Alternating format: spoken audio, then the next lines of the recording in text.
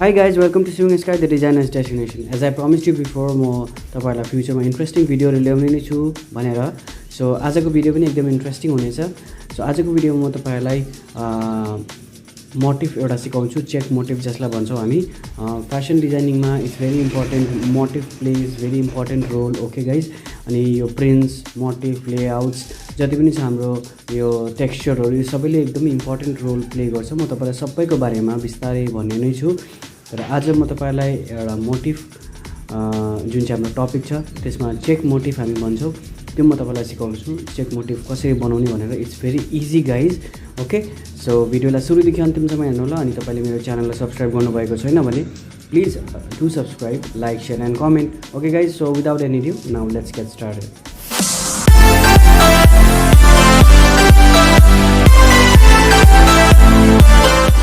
So motif बनाउनलाई तपाईलाई of course तपाईलाई ड्रइङ कपी चाहिन्छ. तपाईँको यो मेरो क्लास ड्रइङ कपी हो.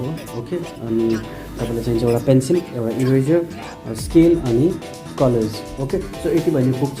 सो तपाईँलाई मोटिफ अनि प्रिन्ट्स, लेआउट जे बनाउनु भए पनि तपाईँलाई यी चिजहरू नै चाहिन्छ. आज म तपाईँलाई मोटिफ पढाइरहेको छु. सो मोटिफ ध्यान लगाएर हेर्नु guys.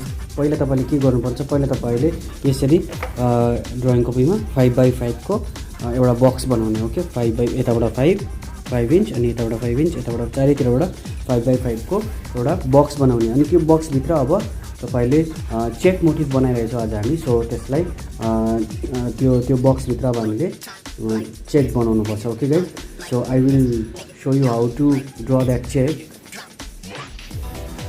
Okay guys, as you can see मैले यहाँनिर यो ड्रइङ गरिसकेको छु. चेक.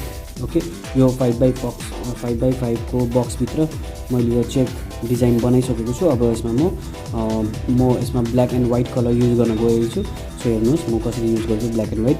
सो म यहाँ ब्ल्याक, म यसलाई वाइट राख्छु, फेरि ब्ल्याक, म यसलाई वाइट, यसै गर्दै म यसलाई एउटा ब्ल्याक एन्ड वाइटको बक्स बनाउँछु. So I will show you what to do. Okay guys, so start. Look at this.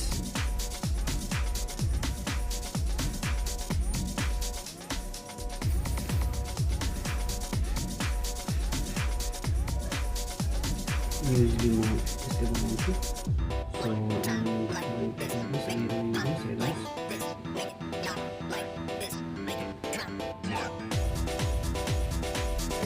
So मैले यो चेक मोटिफ तयार गरिसकेको छु. सो हेर्नुहोस् तपाईँले, मैले तपाईँलाई यसको भिडियो बनाएको देखेन because it's very easy.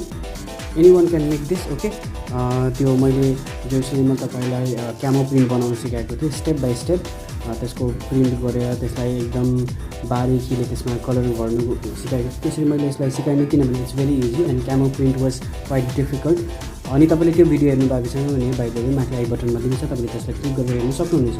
Okay guys, so my check print is ready. अब म तपाईँलाई यसमा पोल्का डट प्रिन्ट पनि मोटिफ पनि देखाउँछु in my next video.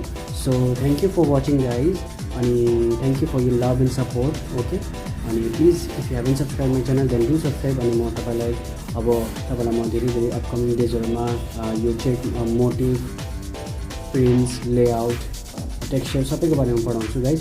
So मेरो च्यानललाई यसरी माया गर्दै गर्नु होला. अनि thank you so much once again for your love and support. Okay guys, see you in my next video. अनि तपाईँले केही पनि बुझ्नु भएन भने मलाई प्लिज कमेन्ट गर्नुहोस्.